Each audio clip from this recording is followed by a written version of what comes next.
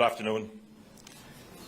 It is my great pleasure to welcome United States Secretary of State, the Honorable Marco Rubio, to Jamaica. Now, I have known Secretary of State Rubio for some time, and I've always been very impressed by his deep knowledge of the region.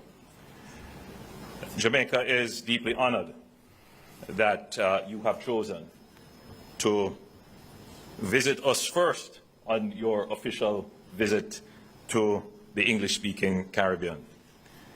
This visit so early in your term confirms the strength of historic friendship and strategic partnership between Jamaica and the United States, one built on shared values, democratic ideals, and people-to-people ties. Our nations have long been united by a common commitment to freedom, prosperity, and security, and your visit today reaffirms this bond.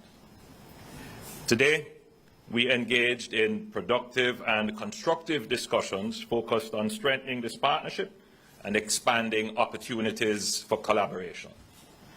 During our meeting, we addressed several critical areas of cooperation. Security, one major area. We reaffirmed our commitment to enhancing cooperation in combating transnational crime, ensuring the collective safety of our citizens, and mutually secured borders.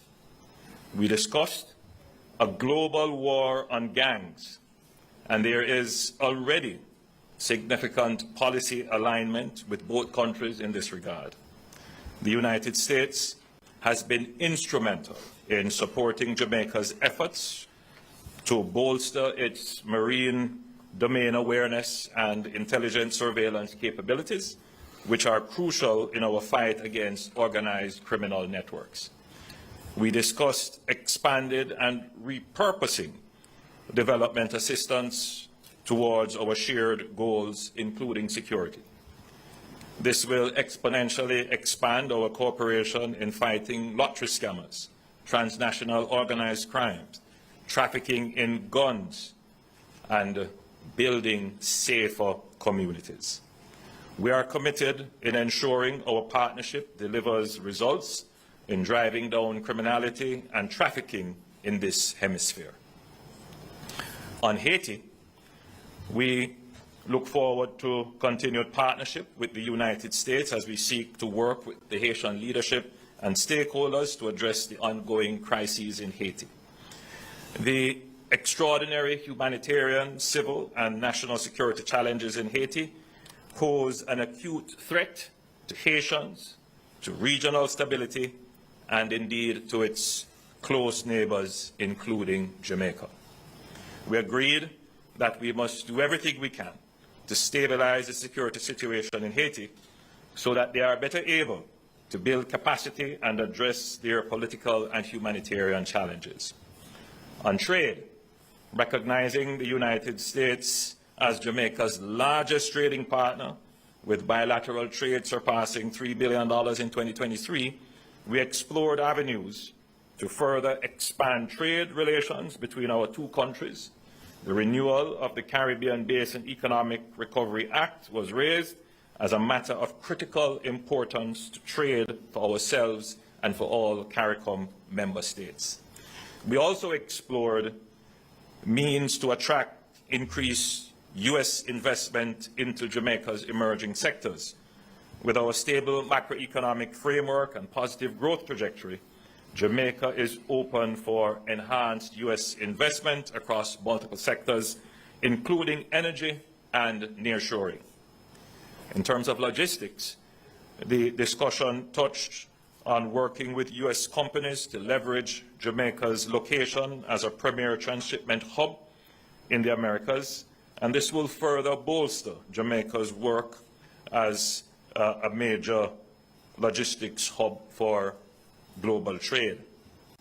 On labor issues, the United States and Jamaica have enjoyed an 80-year-old relationship in terms of bilateral labor agreements, where we provide short-term skilled and semi-skilled labor in sectors such as agriculture and hospitality. We discuss ways to expand and enhance these agreements, including skills development partnerships to upskill and reskill Jamaican workers. On our travel advisory, we discussed significant progress that we're making in bringing down all major crimes, and that Jamaica today is safer than at any time in the last 2 decades. In fact, crimes against visitors represent less than 0.01% of the more than 3 million visitors to Jamaica annually. We are committed to working collaboratively to ensure that travel advisories reflect the current realities and promote travel to Jamaica. I'm confident that the dialogue initiated today will lead to tangible outcomes, benefiting both our peoples and contributing to mutual stability and prosperity. Indeed, our concern for enhanced regional and hemispheric security and prosperity was recognized as a shared one.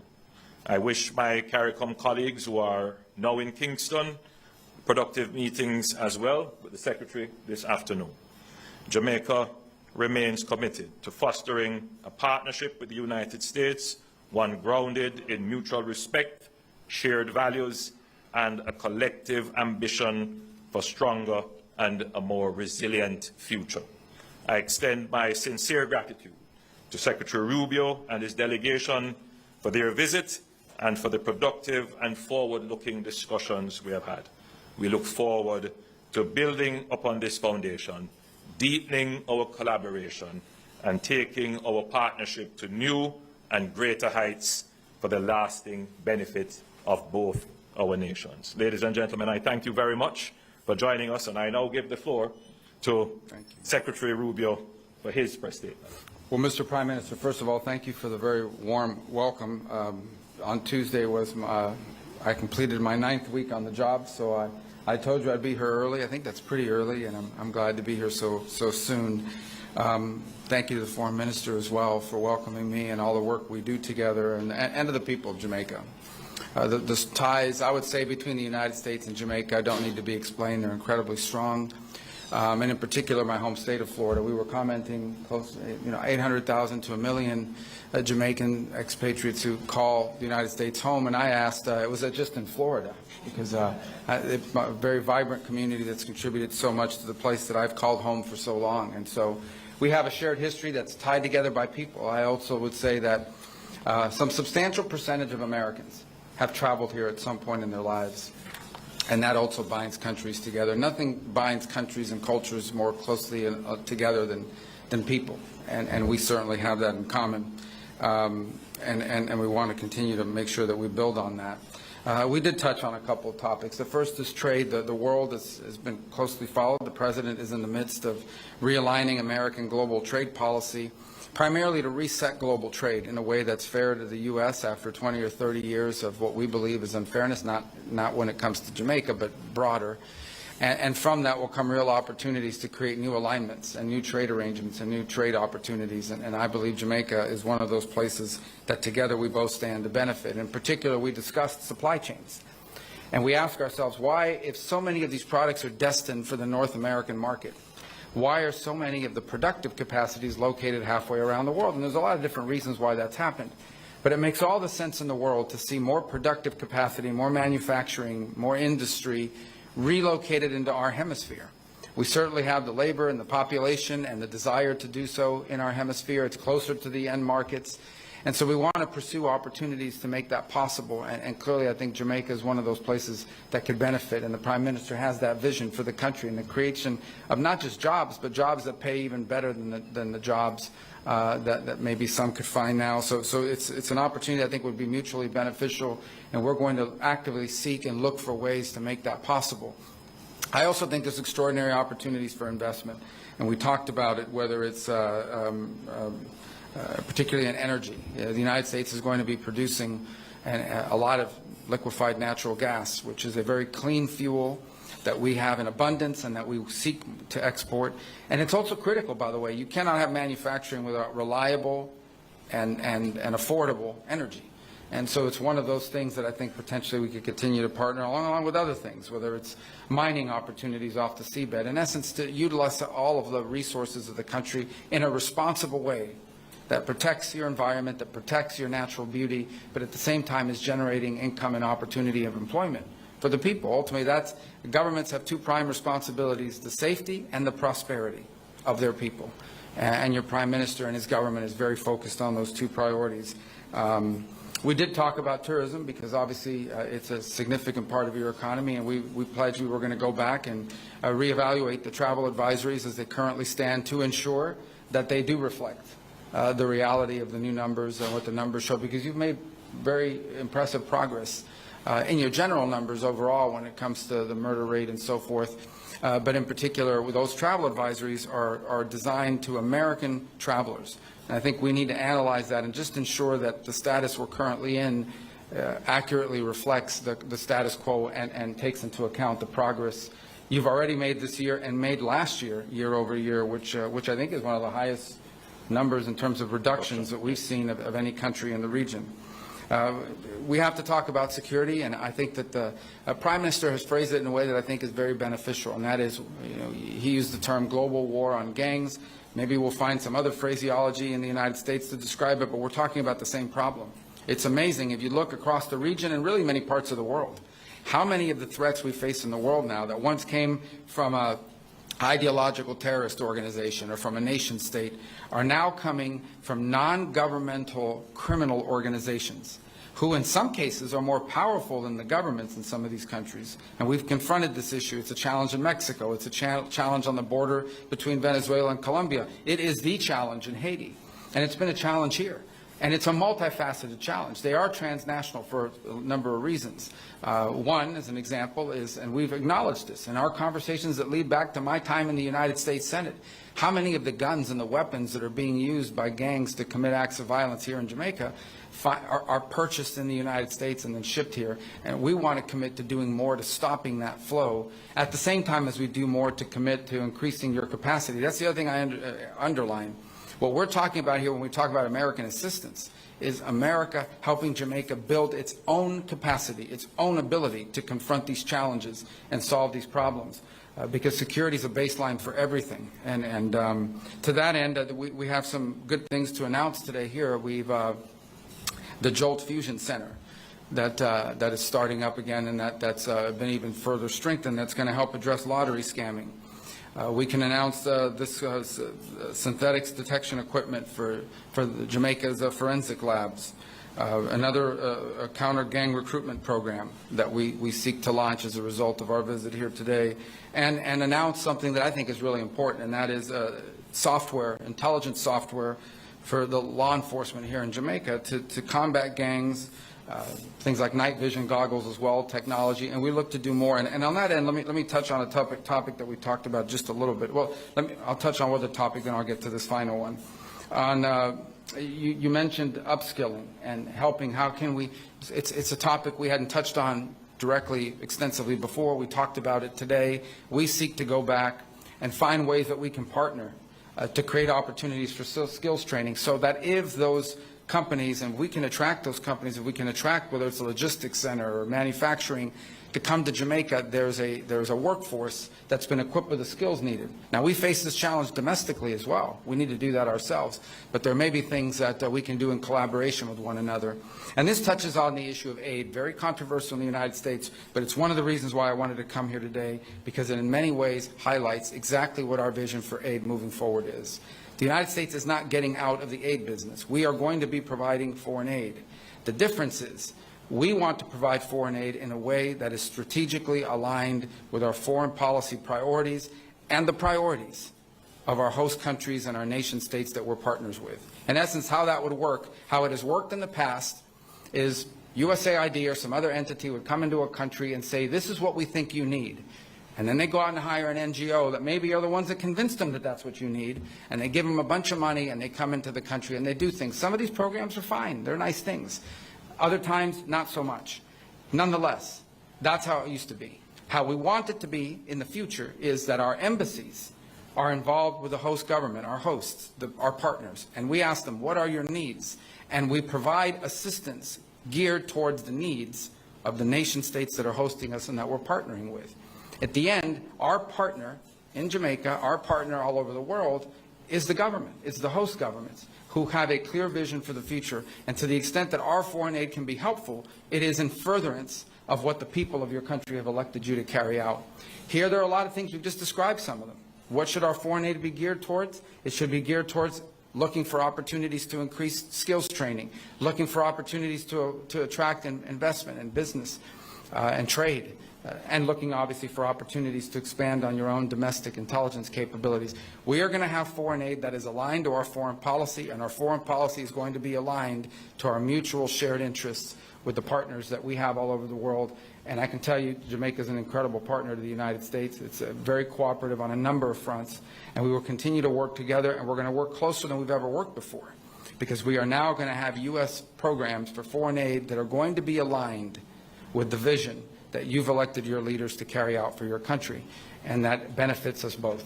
And so I thank you for the opportunity to visit with you here today and talk about these things. I'm excited that we're going to be able to follow up on a lot of them and show real progress.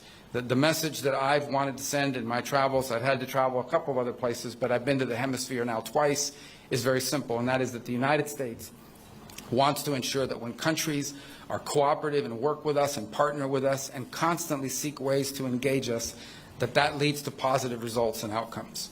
It's not, you can call it rewarding, but what it really means is it has to be a mutually beneficial relationship. And we want countries in the world, and we want countries in the region to identify being close to the United States as something that is beneficial and helpful to develop, helpful to grow, and frankly helpful so that one day many countries can serve, and I think Jamaica is already doing this, as a model of what other countries would seek to emulate, whether it's on security, on trade, on investment, on skills acquisition and improvement. These are the things that we want America's relationship with our partners to look like. And I can think of no better friend in the Caribbean and frankly in the Western Hemisphere than Jamaica and your government, Mr. Prime Minister. And so we thank you for this chance to visit with you so early. And as I joked a couple times, so I'll say it again, I think I told it to the cameras already, I wanted to come here early so when I come for the second and third time, they don't accuse me of only wanting to go to Jamaica. And it in many ways really truly feels like home, and where I am in South Florida, and I thank you for your hospitality and this opportunity.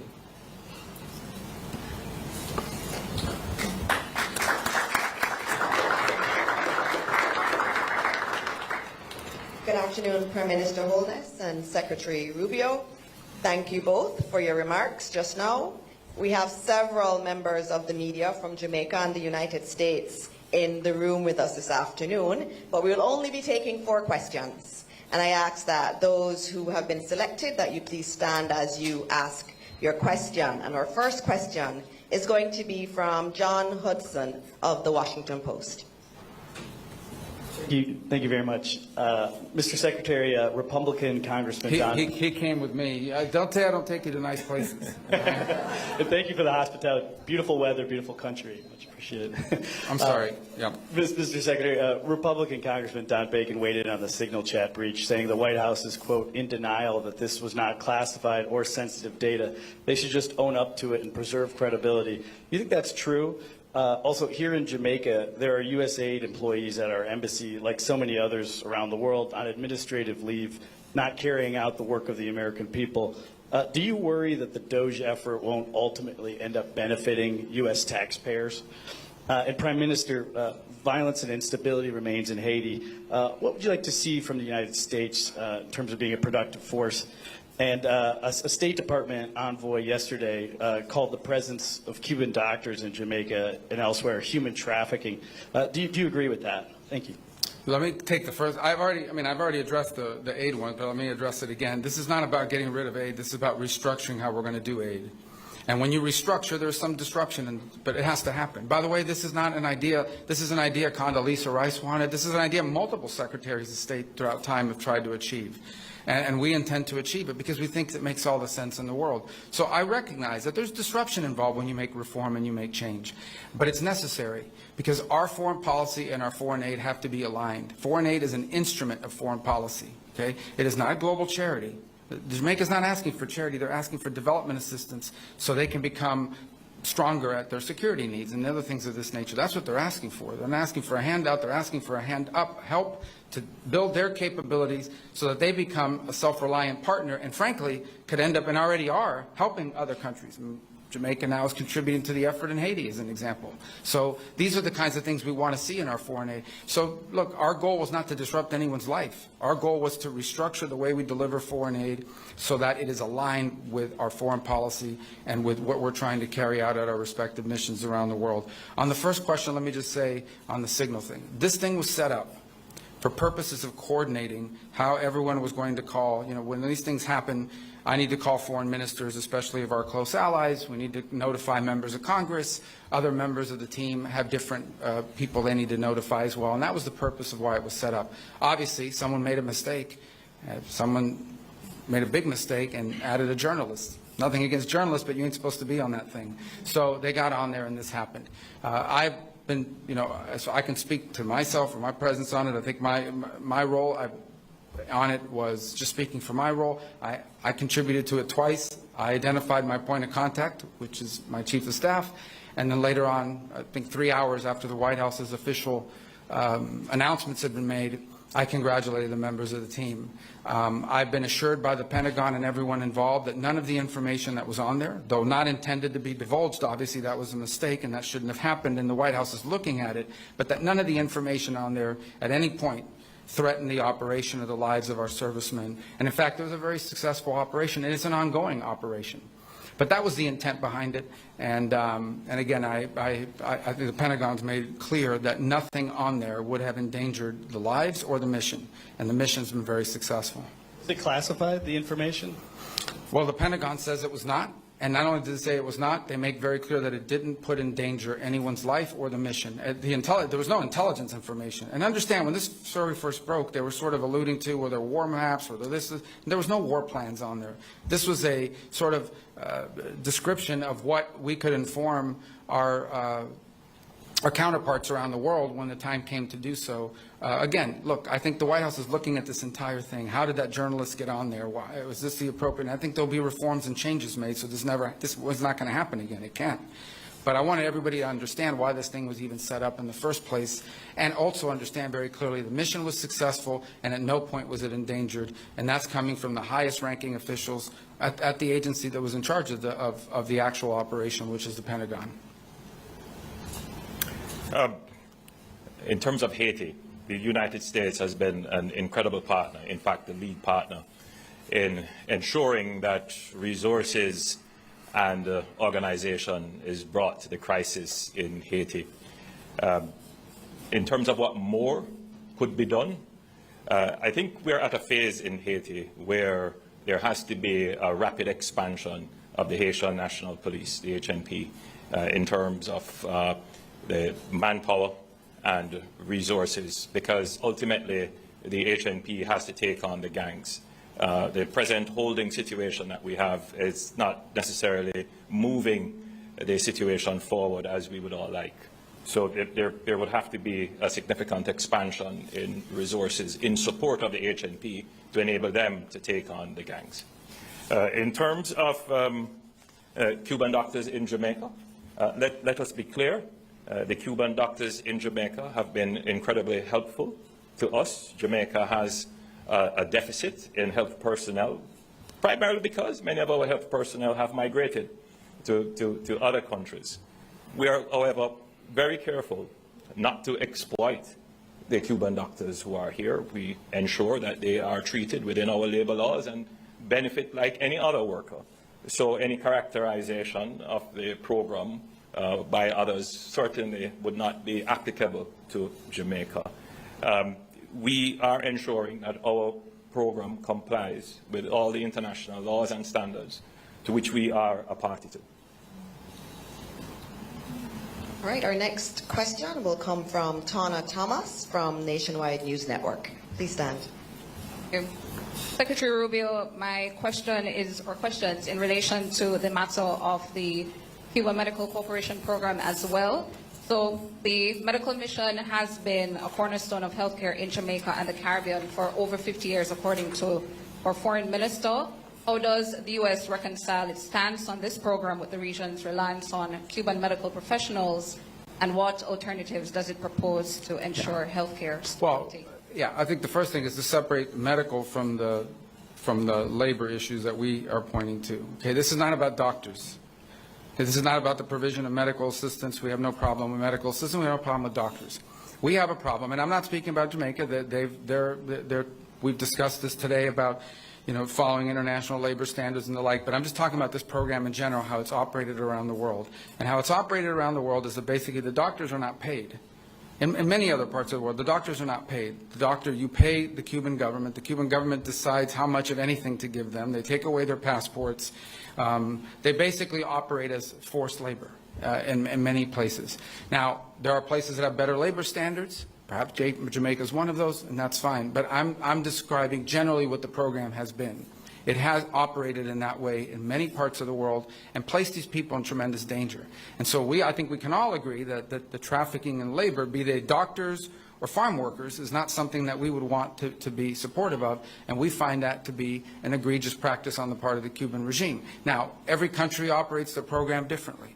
And obviously, because of our relationship with Jamaica, we're going to engage with them on that and talk about it further and have a better understanding. Perhaps none of this applies in the way it's handled here. But generally, that's the problem with the program. It's not that they're Cuban doctors. It's that the regime does not pay these doctors, takes away their passports, and basically it is, in many ways, forced labor. And that we cannot be in support of. Again, not speaking about here in particular, but in general about the program.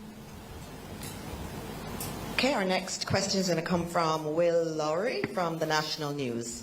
Thank you so much for taking my question, Mr. Secretary. I just want to circle back to John's question, the signal chat. The signal chat, yes. But of course, are you planning on making the Europeans pay for U.S. operations against the Houthis, given that their businesses seem to benefit more from opening up these shipping lanes, as discussed in that chat? And then moving to Russia, Ukraine, I was wondering if you could elaborate on the Black Sea ceasefire deal and how it's progressing. President Zelensky has already questioned Russia's seriousness, saying, quote, they are trying to distort agreements and, in fact, to see both our intermediaries in the entire world. So on the first question about, look, here's the problem, okay? These guys, these Houthis, these are pirates, okay? This is a band of, it's a gang, in essence. That's gotten control of a certain part, but these are a religious fanatic gang. And these guys have missiles, and they've launched 174 attacks against the U.S. Navy ships, 150-something attacks on commercial vessels. They are literally saying they've set up a toll system at the Red Sea. These ships can go, these ships cannot. They don't blow up the Chinese ships, they don't blow up somebody, but they blow up all the other ships. This is not sustainable. And so I think the point that I've made publicly is we are doing a great favor to the world. The United States is doing a great favor to the world, going after these guys' capability of doing this. How can we live in a world where a group like this has advanced weapons, okay, and can shut down a shipping lane and increase the cost of shipping that we're all paying for? Everything we buy, all the stuff is embedded in the cost and in the price of these things is how much it costs to ship it. And so that's just not a sustainable thing. We can't allow it. So I think the point I would make is not, we're going to make everybody pay. It's everybody should recognize we are doing the world a great favor going after these guys, because this can't continue. This is unsustainable. What's next? Some gang's going to show up somewhere else and shut off another shipping lane. That's not practical. It cannot happen. So what was your first question? I was so fired up about that one that I forgot the other one. Oh, yes, that one, easy ones. Well, look, I think yesterday our negotiators are en route, or perhaps they've already arrived, after spending, I think they met with the Ukrainians twice, the Russians once. What we have here is an agreement in principle on a Black Sea ceasefire. We got two things from that. The first is we have more detailed definition of what the energy ceasefire entails. And the second is the principle, concept of a Black Sea ceasefire. Obviously, after our meeting, as part of their release, the Russians detailed a number of conditions that they want to see met. in order to do that. So we're going to evaluate that. Some of those conditions include sanctions that are not ours. They belong to the European Union. So we're going to be gathering and sort of when our folks get back, sitting down, going through the proposals, getting their impressions of the conversations so we can more fully understand what the Russian position is or what their ask is in exchange. And then we'll present that to the president, who will ultimately make a decision about what the next step is. I think it's a good thing that we have both the Ukrainians and the Russians talking about ceasefires, be they energy or be they potentially in the Black Sea. But obviously, this is hard and difficult work. This is a protracted almost 3.5-year war now, or 3-year war. It has a lot of framework of sanctions that have been built globally now that have to be looked at as part of an ultimate end to a conflict. There's a lot of things that have to be worked through. And I certainly think the only way you're going to make progress on these things is by engaging with both sides, understanding their asks, their demands, and seeing what's possible. So we're going to have a chance now to sort of sit down as a team and evaluate when they arrive in detail how the meetings went with the Ukrainians, how the meetings went with Russia, what are the Russians asking for, what are the Ukrainians asked for, compare all that, and then make a decision on that basis about what comes next in this process. In the end, the goal here is peace. The goal is to end a war where people are dying. And I think everyone should be happy that the United States is engaged in a process of ending a war and bringing about peace. It's not going to be easy. It won't be simple. It'll take some time. But at least we're on that road and we're talking about these things. And we're going to test it and see what's possible. We think we owe that to the world.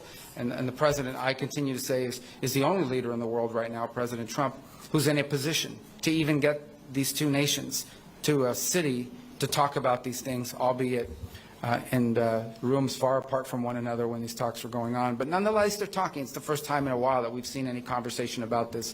But we have a lot of work yet to be done, and we'll know more after we get the readout from our teams. Okay, our last question will come from Andrea Chisholm from Television Jamaica. Thank you. Secretary Rubio, given changes to U.S. immigration policies, there are some Jamaicans who are afraid to travel back to Jamaica, even though they are legitimate green card holders. What assurances can you give to those individuals that they will have no difficulty returning to the United States? Well, yeah, right. Green card or residency? I mean, permanent residence you're asking me about? Permanent, yes. Okay. Yes. Okay. And secondly, what problems, if any, does America have with China's investment in Jamaica?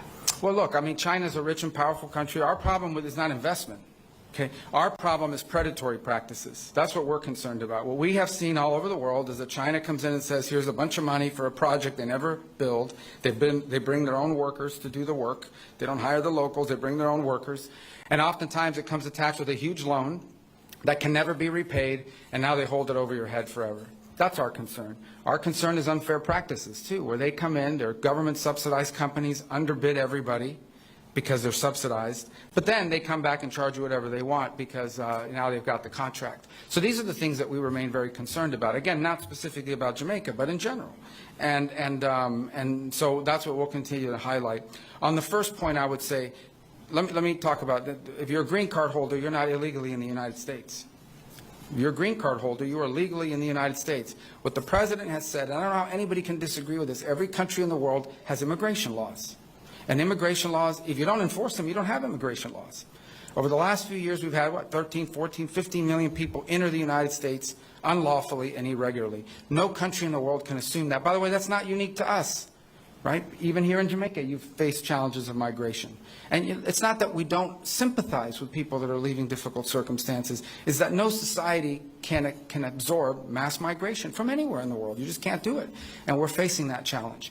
That's not specific to Jamaica. I'm just speaking in general. And so the president is doing something that, frankly, hasn't been done in a long time. He's enforcing our immigration laws. And that's what we're doing. So if you're a green card holder, you're not illegally in the United States. I think the challenge is for those who are illegally in the United States, we have to have immigration laws. They have to be followed. I mean, I don't know why that's an unreasonable demand. And frankly, I mean, Jamaica is not a major source of illegal migration, to be frank. It's not even in the top 10 or top 20, for that matter, I don't think. But that said, we are enforcing our immigration laws, because here's what happens if you don't. You'll get another 12 million people. And if tomorrow Jamaica announced anybody who wants to come can come in, you're going to get a lot of people too, and you know it's going to be very disruptive.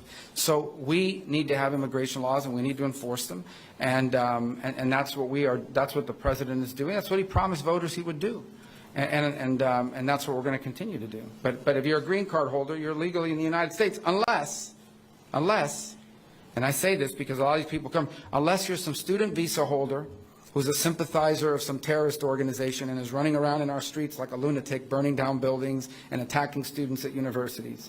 If you're one of these lunatics that's going to put on a mask over your face and break into a student union center and harass students, and we wouldn't have let you in the first place. If you had told us that, if you told us, I'm going to America not just to study at your university, but to tear up your campus, we would have never let you in. And if you do that, once you come into the United States, we're going to kick you out. We're going to do that. And I don't care what terrorist organization is supporting, we're going to kick you out. If you're a gang member, we're going to kick you out. Okay? If you're one of these violent gang members that's coming to the United States, then we're going to kick you out. That we're going to do. There's no doubt about it. But the president's very committed to that.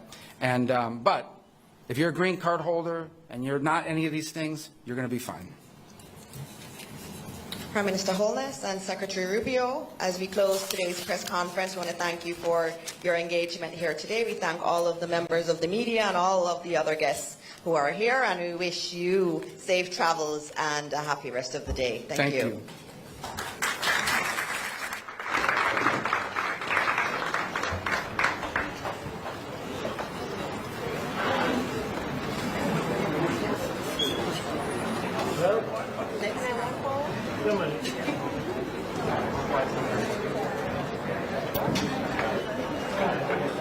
Appreciate it.